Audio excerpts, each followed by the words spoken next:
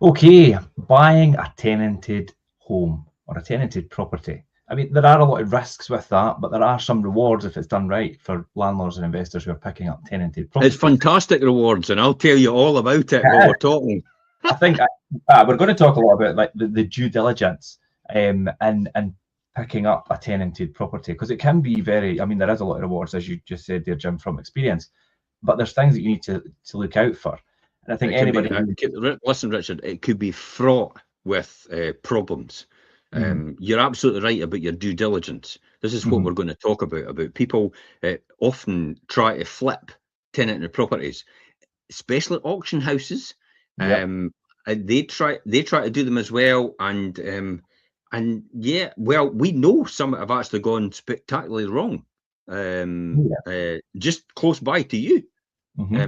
Took them over. Luckily, that's right. Luckily, it all worked out in the end, but it took a good 2 or 3 years. So this is what you need to do in the very beginning to make sure that the tenanted property you're buying is probably in the best circumstances, and also you know the risks involved. I think that's more important. Always play the downside. Play the downside, and the upside will come as a natural result of what you're doing, because it's all a numbers game. Yeah, I think, and it does all boil down to how, I mean, if you're going to pick up a property and have things quite plain sailing, it needs to have been looked after properly prior to you taking it over. So it's asking the right questions and things as well. I mean, it's an attractive prospect for anybody who's possibly starting out, whether they're building a portfolio.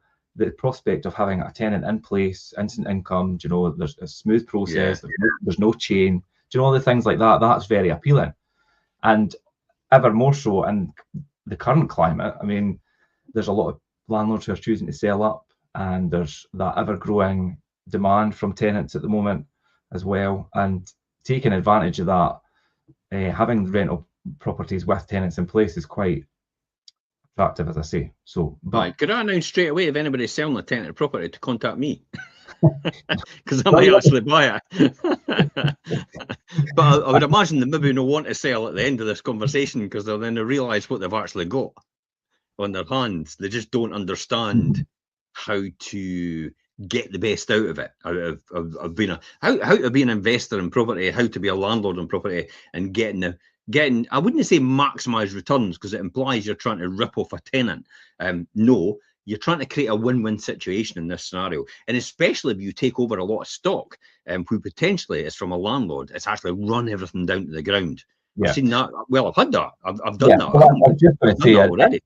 An experience from some of the portfolios and things that you've picked up and taken over, Jim.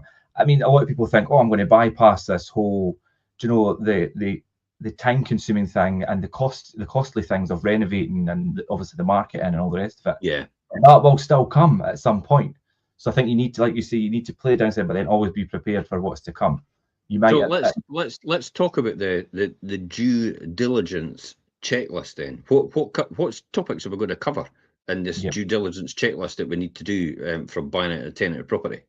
The essential things that we are going to cover are analysing the property's performance, how it's performed. Definitely.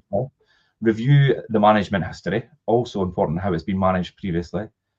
Quiz the current tenants. Now, this is a big thing, and we'll not name any, but some properties that are up for rent with tenants that are already in there, you're not allowed over the door, you don't get to speak to the tenant, and that's just all big red flags for me, because you need to do that. So speaking to the actual tenant and quizzing them about how they've been managed and how they feel in the property.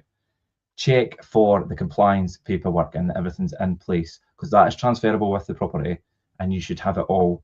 EICR, gas safety, EPC, Legionella, do you know, all these, make sure you're ticking all these boxes. And finally, we're going to look at securing the appropriate finance and buy-to-let financing to allow you to actually purchase a property. Bridging. So, no fan of that, by the way. No, I've had people. But it can't work for people that have got no money. You know, the no money deals can be done in a certain sense, but if they make the numbers work and you explain it to the seller that you're buying from, this is the way you want to do it, and the only way you can do it is to do creative finance through bridging, and actually take effectively what was their gains, and actually use that as your deposit for the bridging, and actually buying them at a lower price at the bridge, and then flipping them onto another buy-to-let lender, you know, officially, once you've got everything sort of stabilized. I mean, that could be from day one, that could be from day 30, that could be 6 months down the line, but you've got to make your numbers work if you're going to bridge, because bridging's quite expensive. So I've heard anyway. I've never done bridge. I've got enough equity I can actually afford to not bridge. So I've never kind of used it. I know there's really good people out there. Kevin Wright especially teaches bridging, and to do that, the Property Ninjas. So if you want to look that up, the Property Ninjas, Kevin Wright, he's a really good expert in that field in terms of doing that. So let's talk about then analysing the performance. I mean, you know, to make a confident choice, we've got to be, I think, around the suitability, maybe the sustainability of the potential rental investment. What sort of things do we need to do our homework about, Richard? Location, physical condition, strength, local demand. Is that anything to do with it? These are all key factors, and I think first and foremost, speak to your agent that's dealing with the sale of the property, and speak to them about the current rental value, what the potential market value is, what's the appetite for properties similar to that in the area, so you know that when you come to remarket, are you going to be able to remarket it and find tenants easily enough? Yeah. We do have to be careful though, speaking to the existing letting agent, potentially they might be losing it, remember. So if they're losing it, they're not really caring about the fact that but what's then happening with it. And they may be getting, they might, you've got to look at, is there a conflict? Maybe think about possibly, are they getting money to actually offload it to somebody else? I mean, there's it all comes down to whether, I mean, are you going to continue using this agent, or are you going to use your own agent? And then that way, I would say stick to your own agent's advice. Hopefully they're a local agent in that area and will have good expertise on, like I say, demand for that property, rental values, market rent values in that area. Do you know that I'd probably just run it by somebody else as well, just to make sure that the person that you're getting it from is managing it now is actually maybe a bit more factual about it. I mean, I can't imagine they would actually be underhanded or anything like that, or tell you information that's no accurate. But I have been stung, you know, quite heavily. But I did factor into my numbers when I made that offer about the fact that yes, I could potentially be stung quite heavily for this. This is a big portfolio, the one I could remember, the one that you know about as well. Yeah, I know. And I kind of saw it coming, but I did have a £400,000 uplift that I actually took advantage of. In other words, I got it for less than what the actual valuation was, and it was a proper valuation. It wasn't the estate agent's valuation. It was a proper surveyor's valuation. I think that's the important thing out of that. So I did a lot of analysis first with my power team. I had them all together straight away. As soon as I knew the information, I was able to fire it out to them and get desktop ideas, you know, desktop valuations, just to give me a rough idea about what these would be worth today.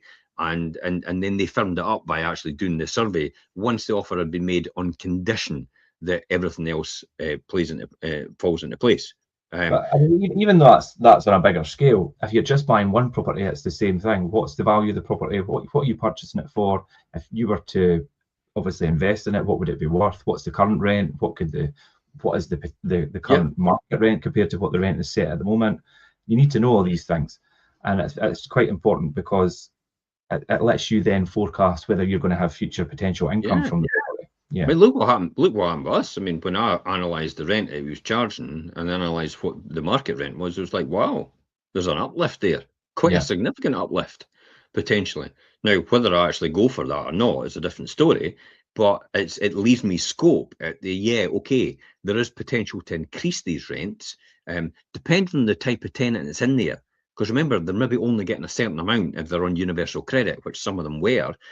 So you've got to factor that in as well, where you're maybe stuck with that sort of system. as it stands just now, And and it might take a while for a rent increase to come through, because the universal credit system works on I think it's an annualized basis or something like that, the way they assess it. So you can't just increase the rent and expect it to get it straight away. It sometimes takes a wee bit of time to flow through the universal credit system. But you're right. If you do the one property, you probably want to go around and do a physical inspection.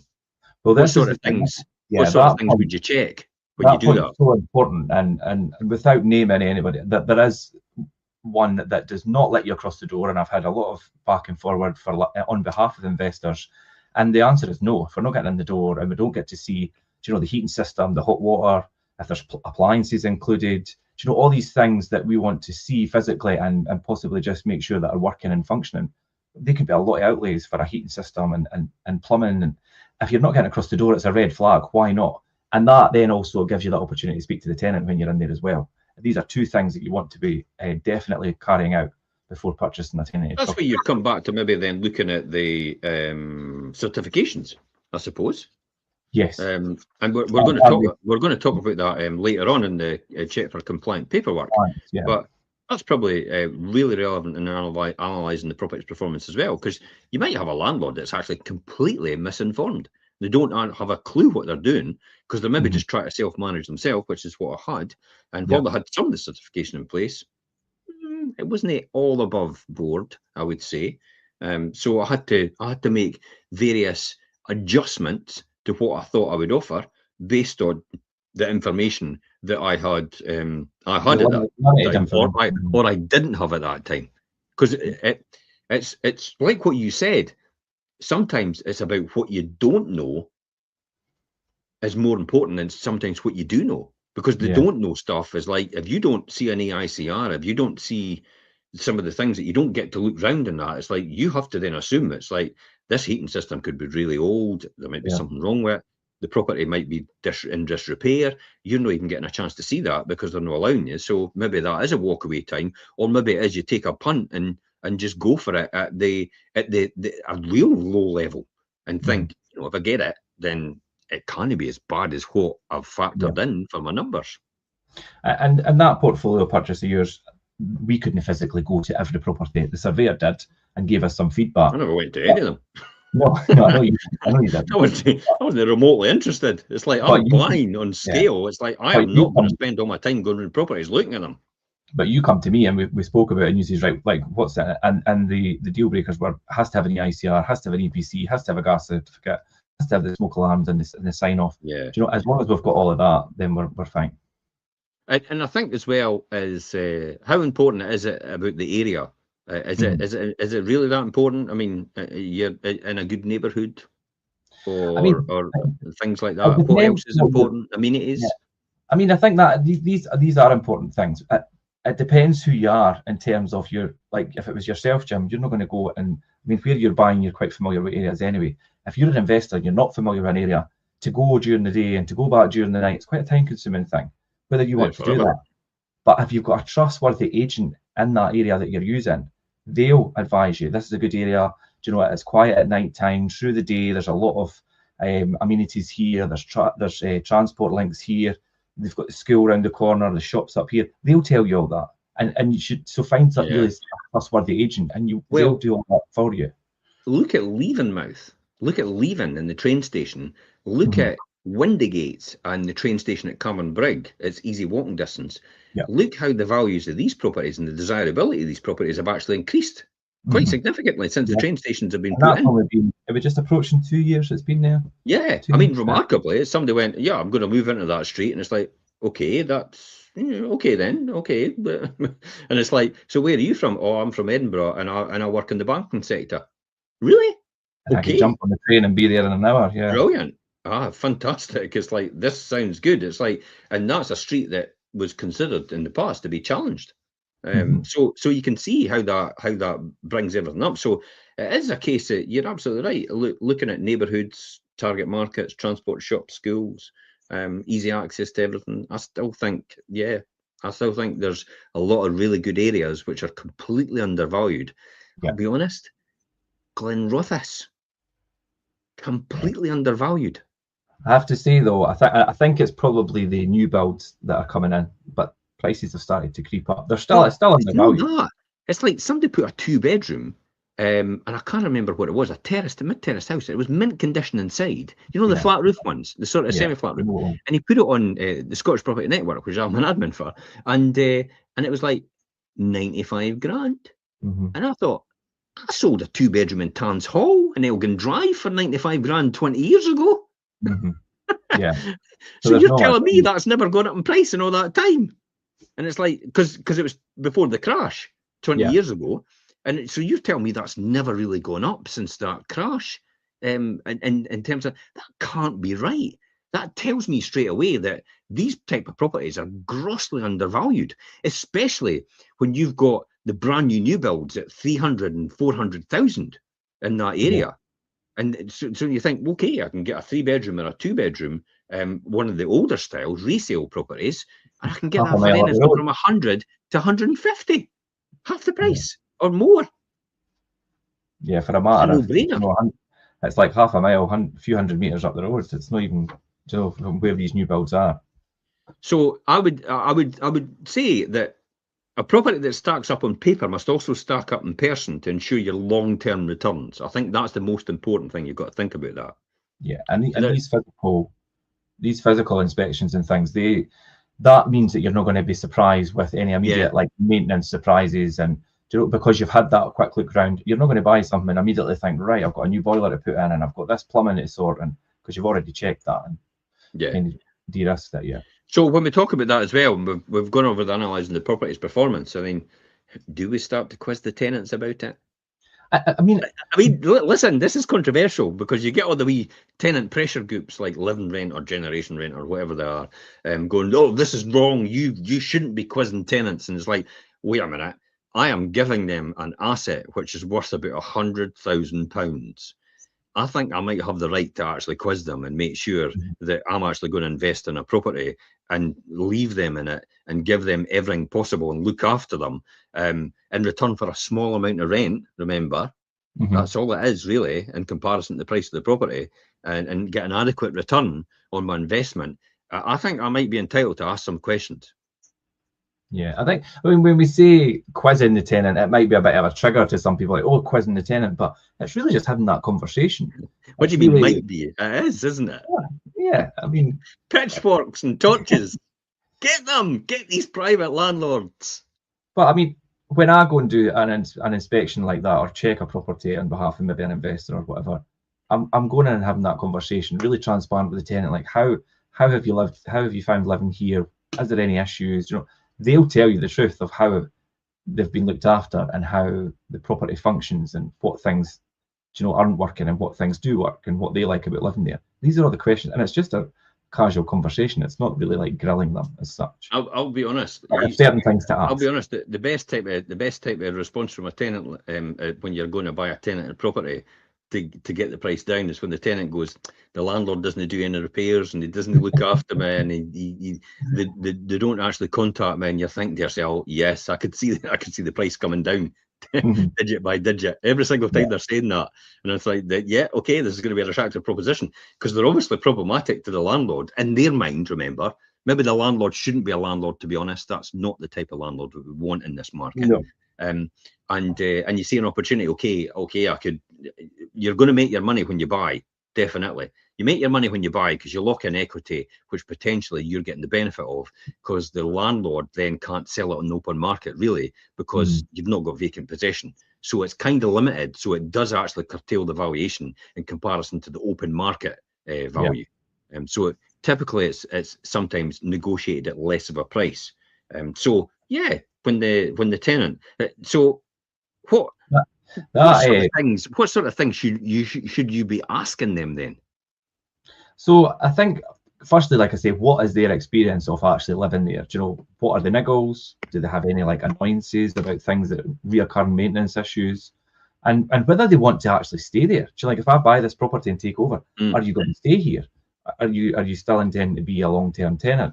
That's something that, I mean, you might buy it, and without asking that question, they might leave. 20 days notice straight away. It's like, what?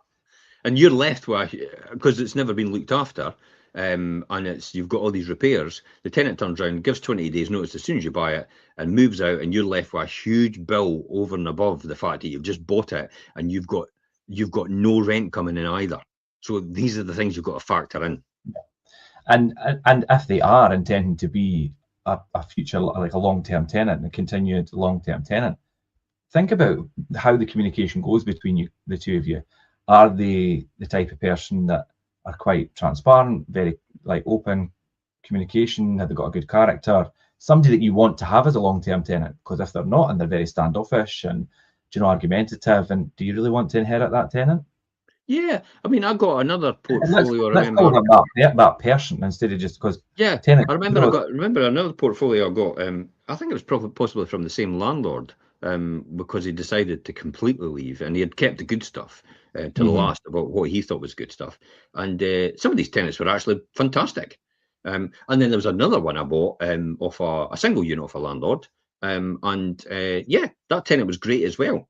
So it is really worth talking to these tenants, and actually, dare I say it, it's like, is it really the person you want to manage? There's not much you can do about it. You're either buying the property or you're not.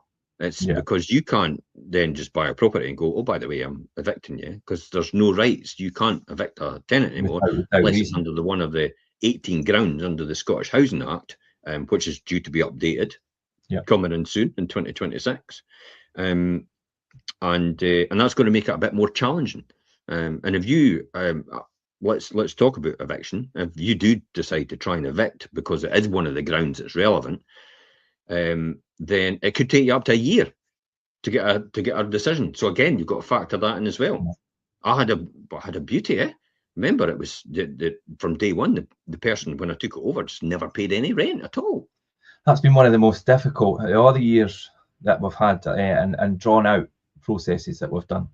And yet the authorities kept him in there, even though he had ASBOs for antisocial behaviour, which I never knew anything about, and I wasn't aware of, and they even kept him in. And despite the fact that he was in huge rent arrears from the very beginning. Crime reference numbers, antisocial like documentation, loads. They still just, it was so difficult, and it's frustrating, but. So that was part of that a buyover of several properties. So again, it factored in the fact that I've got enough to cover anything like that could happen. That was somebody buying one property to add to their portfolio, or even starting out. They would that would be them. Yeah, they'd be done. Yeah. So, and I think that again, like I say, these conversations with tenants, things flag up the improvements that maybe need done, like repairs are done, and that gives you that opportunity to either then get the landlord to sort them, or like you said, Jim, negotiate on the price. There's nothing wrong with the property, and the tenant goes, the heating's not working, it's intermittent, there's no smoke detectors, these don't interlink, they don't go off, and the fuse board keeps going all the time, and that plug in the corner keeps shorting everything out, and it's like, whoa, wait a minute, there is a problem here. And as well as obviously giving yourself that peace of mind with that conversation, if they're a really good tenant and you have then obviously started that relationship on a really good note, it gives them a sense of comfort, and it just sets from the outset a really good tone for the relationship going forward, if you're going to be looking after the property and be the landlord. Yeah. What about that one? What about the one of the ones I took when I took over? The person says to me, we says, right, okay, we're going to get everything sorted, we're going to get all your stuff done and all the rest of it. And this was literally just after a day of taking over the tenancy. And then he gave his 20 days notice, and he said he was leaving after all these years with another landlord that wasn't doing anything. And then he says, well, what are you leaving for? You're not doing any repairs. We only had it one day. Like 24 hours. We only had it 24 hours. What are you talking about? Which is silly, because that one's had a lot done to it. Oh God, that was a huge refurb, wasn't it? The guys missed it big time, but hey, that's some people just can't sit and actually wait and make sure, because it's like, if somebody's told you, then surely you would hang out for a wee while to see if they're actually going to be true to their word, which we were, but lost out big time. Yeah, and then it brings us to move on to something that I feel, obviously, as a letting agent and property management, is so important, and It's to review that the management history of the property. When you buy a tenanted property, you are stepping into the shoes of a pre-existing like legal relationship, basically. So you need to know, the caliber of the tenancy you're inheriting. What is that relationship been like? What is the setup with the compliance and all these different factors? Because if they're not right, you're going to have a real headache and a real time-consuming and probably costly thing on your hands.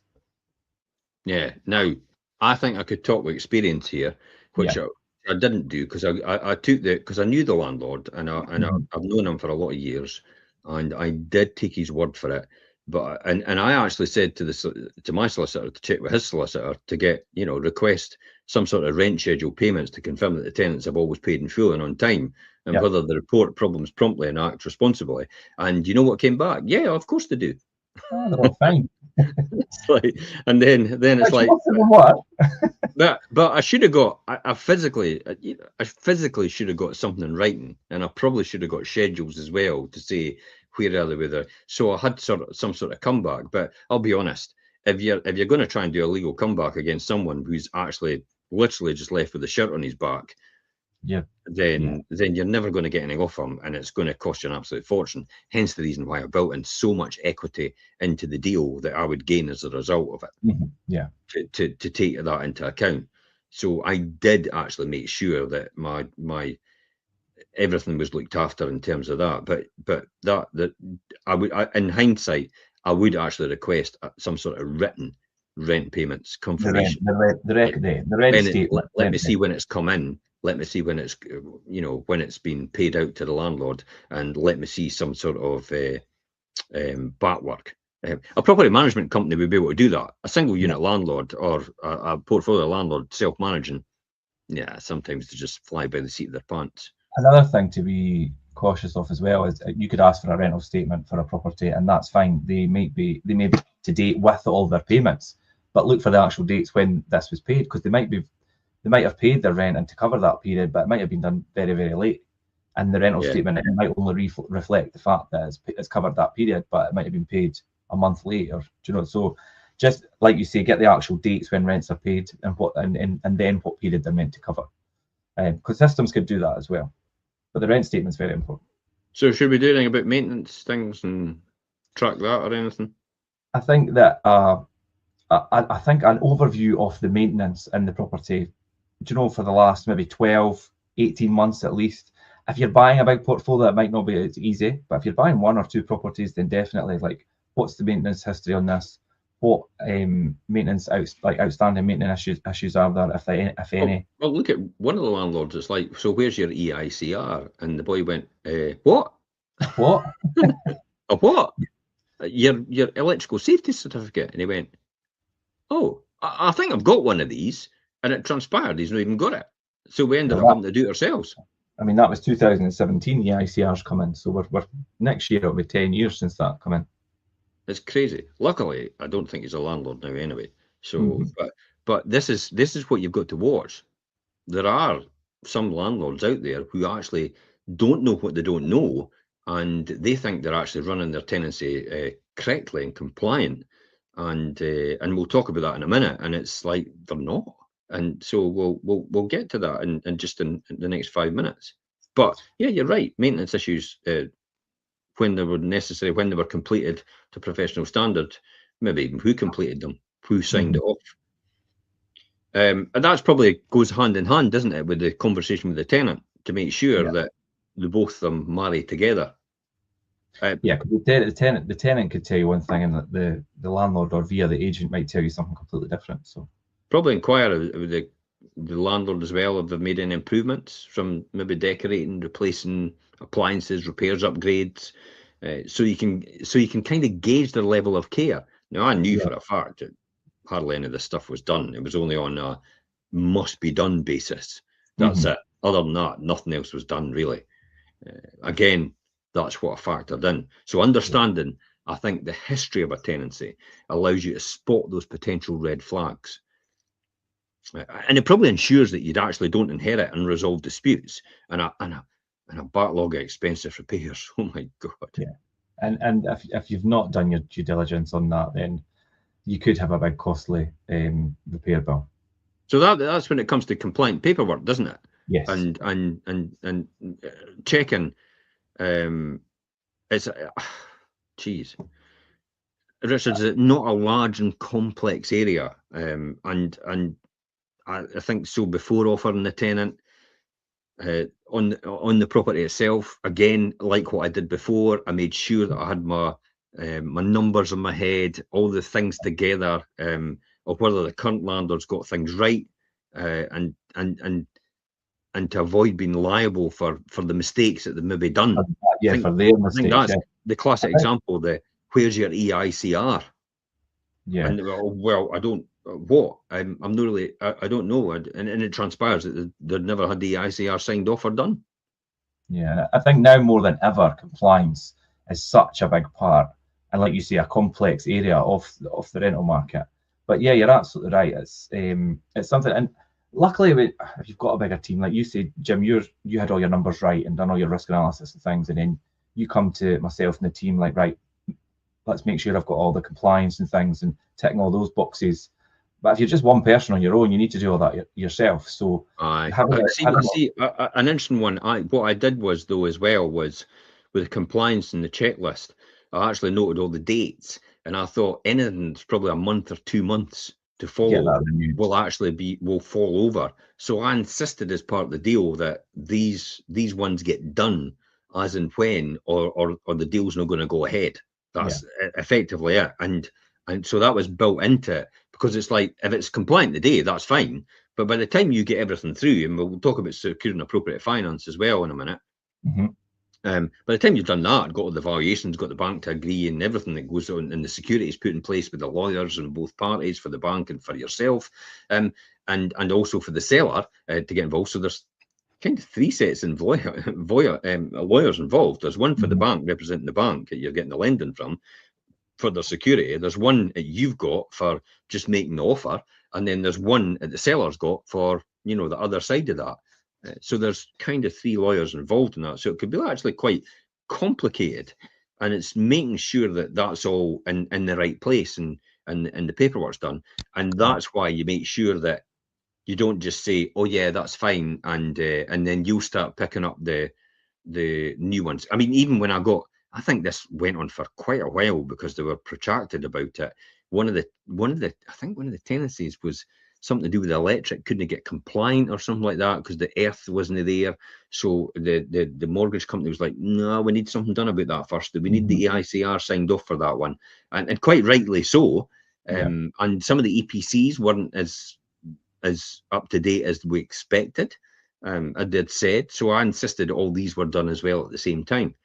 So I think that's what to ensure is done. Is there anything else we need to talk about in terms of?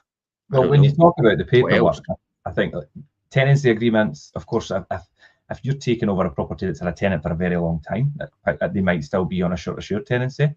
Have you got the right paperwork? Is it a PRT, a private residential tenancy? Written into the PRT now, we have inventories. So is there an inventory, a detailed and comprehensive inventory as part of that? Do you know the pack that you're going to receive for the property? Because when you go to do a checkout, how much recourse are you going to have on the deposit? So these are all things that you need to think about. Yeah.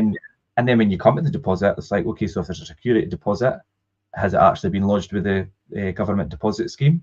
And has it been done in time? And checked all the leases for that when we took them over. It's like, wait a minute, there's no deposits, really? Yeah. And then there was 1 or 2 people actually eventually came back and went, well, I've got to get them a deposit back. And I'm like, your lease has no got a deposit on this at all. Yeah. So if you've given the landlord money, the previous landlord, then you'll no see it again. You'll have to go back to them because there's nothing in our lease to say legally that we hold the deposit. And they've signed it, yeah.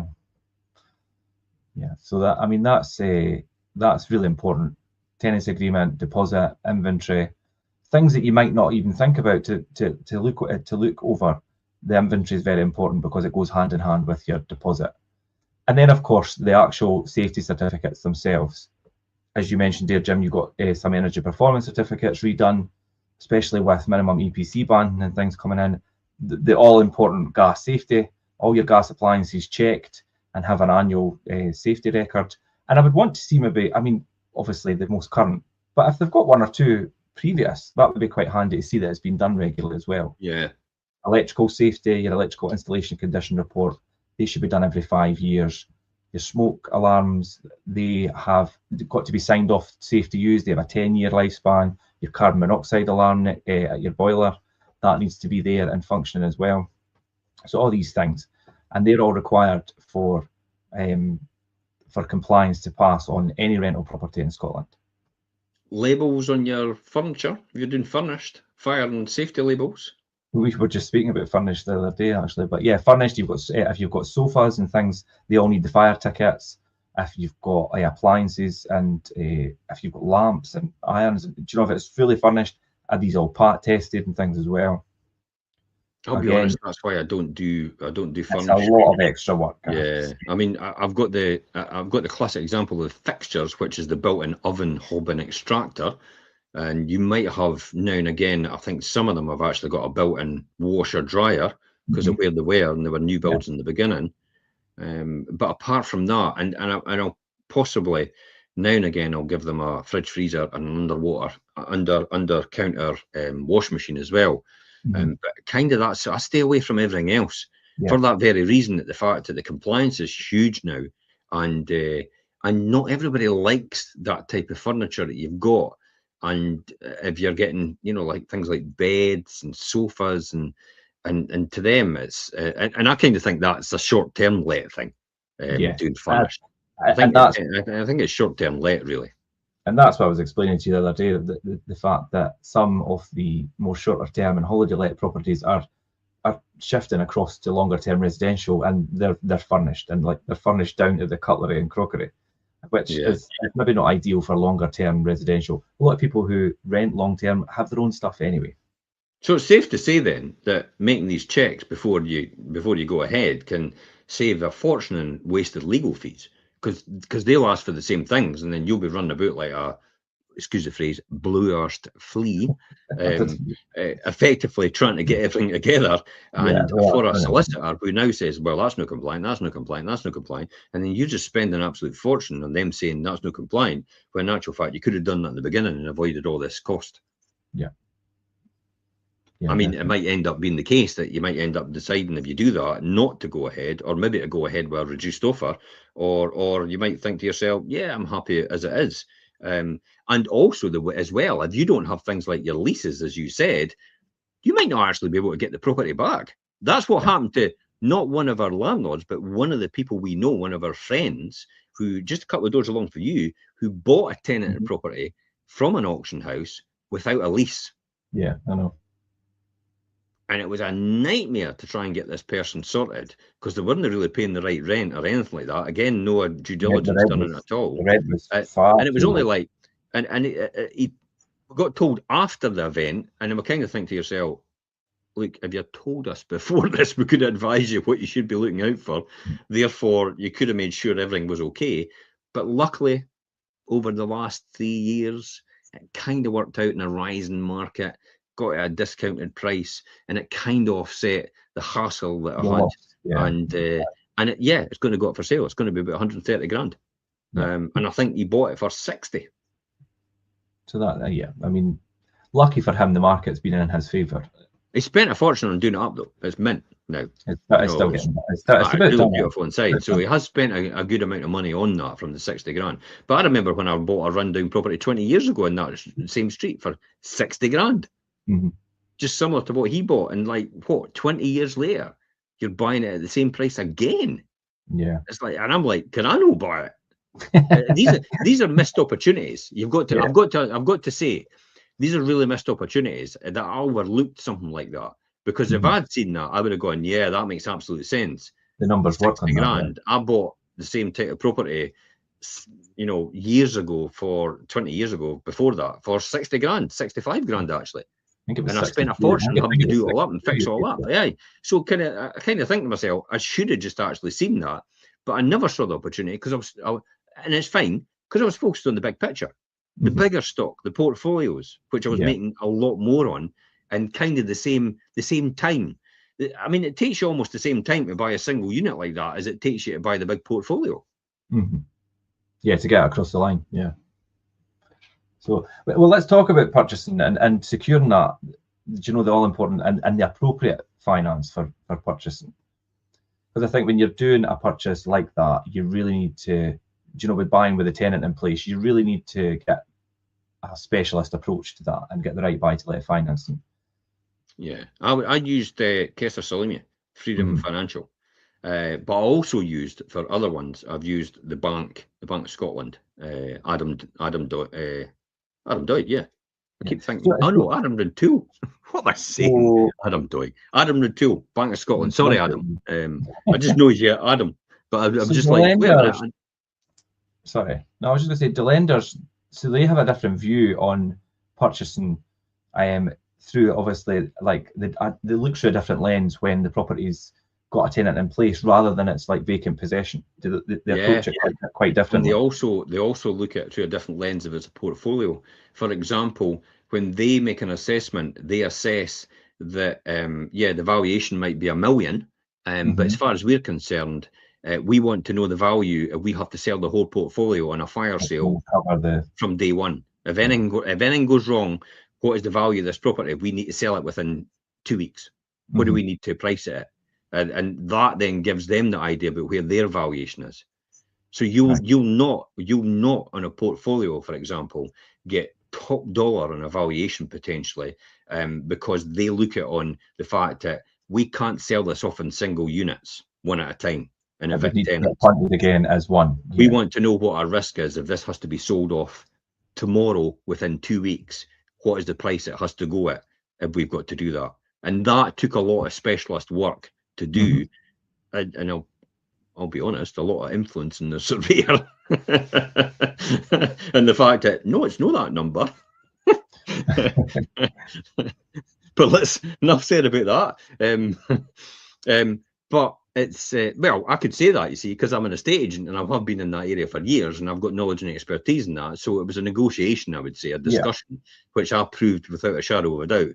It was more, and the fact is I could offload this at a different value to what they would normally sell. See, that's why it's really good getting somebody that actually knows what they're doing and knows what they're talking about and have track record in this when you're negotiating deals like this. Somebody like me, because I'll tell you straight away, I know how to get the best value at that deal and how to get the best circumstances and how to negotiate the best with the bank and also with the seller themselves in order to make that happen.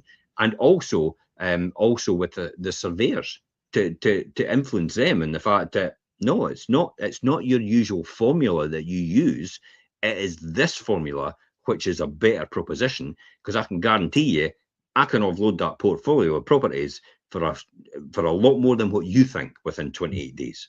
But then surveyors would obviously take that, but that's because they're only taking that advice for years of experience and things. They're not going to just take that for anybody that's, you know. Yeah, it's the computer says no mentality, isn't it? When they first start, if you've got a surveyor that's not experienced with the area as well, which is, you know, tragic, then they'll come up with that computer says no scenario where basically no, that's what it says and that's it. That's all you're getting.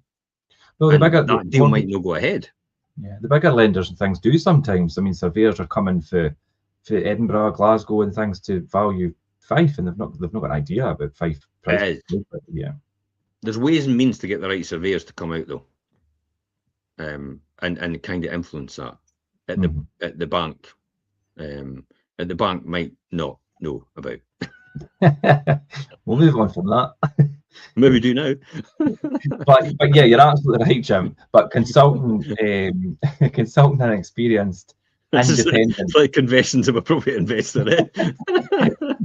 It's like this could be the show that sinks me. It's all above board. But consulting that experienced and independent broker who really understands mortgage products for buying a tenanted property, and that'll help you avoid wasting, conversations and approaching people that are maybe unsuitable lenders. Definitely. because they'll do that for you and they'll seek out the right ones for you. There's stress testing as well, as I'd mentioned and briefly talked about typically they require the income to at least cover about 125% to 145% of the mortgage payments. I'm more comfortable with a lot more than that.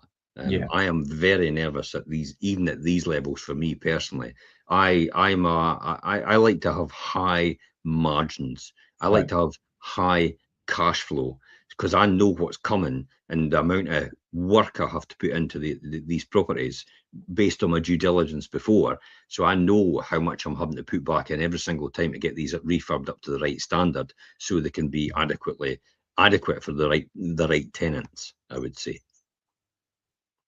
Right.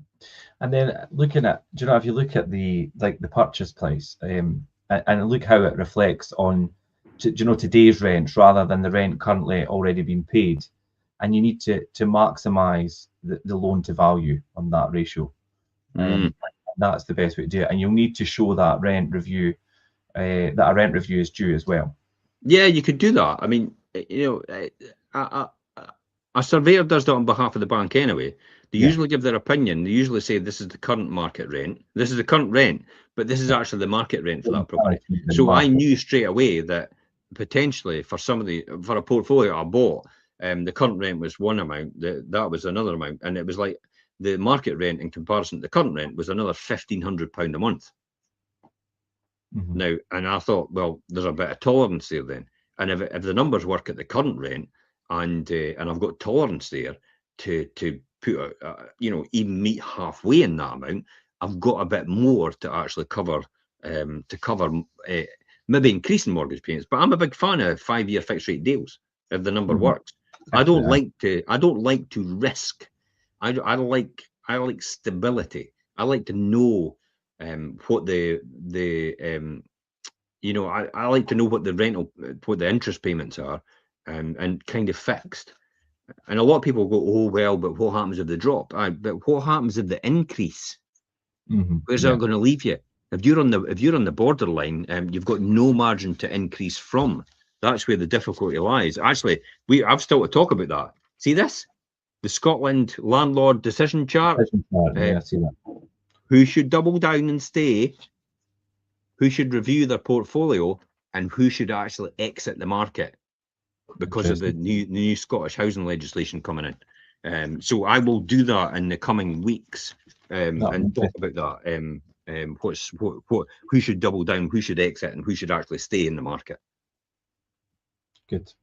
Yeah, but then we talk about the independent brokers and things, but I mean, what's the advantages of that? I mean, clearly the independent brokers things, they open up a wider range of products and things that you're not going to get on the high street for your high street banks and things as well. I do think it's hilarious when I have seen comments on landlord groups about, oh, you know, someone's actually a broker and they're charging X amount to do my brokerage work. Is that the normal standard? Because I think it's ridiculous. And I'm thinking, what do you expect these people to work for nothing? Oh, but get the money from the bank. No, they don't. They actually get a minimal amount now. It's restricted, the amount they get, by the European legislation or the Financial Conduct Authority or something like that. It's no longer they can just put any number on it now and give it to the actual the introducer. They can actually only put a small amount on it now, so they have to charge for that service. And by the way, if you're doing work yourself for someone else, how would you feel if somebody started to bicker about the price that you're charging? You probably would be really upset about that. And it's like, wait a minute, I've spent all these years studying all these exams, passing all these exams, doing all that, you know, making sure I'm getting all the right deals. I've had like 20, 30 years of experience in this market. And you're telling me you didn't want to pay 500 quid for organising and arranging a mortgage for you? That's the thing, like, because they might think, oh, but it only took them an X amount. That was a short, and I'm going to have to pay this. But and it's because of their experience. It only took them that. You know what they're doing. That's the point. What do you want them to have it all protracted and elongated out and taking ages to get? And then you come to them and start complaining at the fact that things aren't going fast enough. Too long, yeah. So I think a good mortgage broker is worth their weight in gold, definitely. So many Many buy-to-let mortgages simply aren't available on the high street. These specialist lenders can get them for you through the brokers. The high street do that. The high street banks go through the brokers and do it with the brokers. And the reason that they do it with the brokers is because they want to get rid of their own staff doing it. So it's a saving for them to get rid of their own staff off their books. Therefore, they give a wee bit extra deals to the brokers to get them to do all the work for them, because then they're only paying for the work when it gets done. See that, how efficient that is in terms of what their returns are and their margins are. Yeah. So that's how they do it. So explore the full picture and ensure you get the very best deal. But I do think there are other brokers out there, but I think Kessa Salimi, Freedom Financial is really good. Really good. Bank of Scotland, Adam Rintoul is really good as well. I would definitely endorse the both of them. Yeah, definitely. So yeah, I think the question is, if you are thinking of buying a tenanted home, do you know these tips that we went through today are a very good checklist. If you would like any other information, possibly on something that we've discussed today, do you know how to purchase things, and check all these safety and compliance measures properly and the right questions to ask and things, you could reach out to me. I'll put my direct email and number in the blog attached to this, so you could always reach out to me direct and ask any questions, or if as the Scottish phrase says, you'd be off your head if you didn't. Because we've got so much knowledge and expertise in buying big portfolios, small portfolios, and single units as well, with tenanted properties, with tenants in them already, and the compliance and what needs to be done and all the rest of it. Why would you try and reinvent a wheel that's already perfect? Yeah. And with that. Yep. And if you are looking at tenanted properties, what we've just went through today, the blog attached and things, it's a good check. Give myself a pat in the back. I'll tell you, even the last 2-3, well, actually it's about 4 years now, probably, but like I've learned a lot for these portfolios that you took over, because it was just such a big undertaking. But experience, expertise, that's what it is. Wisdom. It's not. That's what you should be buying. No trying to look for the cheapest person on the block. No, you want to go for the best person that's going to get you through this deal as quick as possible, because the most valuable thing and the most valuable asset in the world is time. Yeah, and I think taking the wrong advice or not being advised correctly could be quite costly. Perfect. But I don't think it could. I know it can. Right, okay. Thanks for all your insights, Jim, and thanks to everybody for tuning in. We will be back for the next show, and until then, we'll see you. Might not be back now. It's time. Well, the authorities might have caught up with me. What the admissions have said. Bye, right, okay. Thanks, Jim. See you later.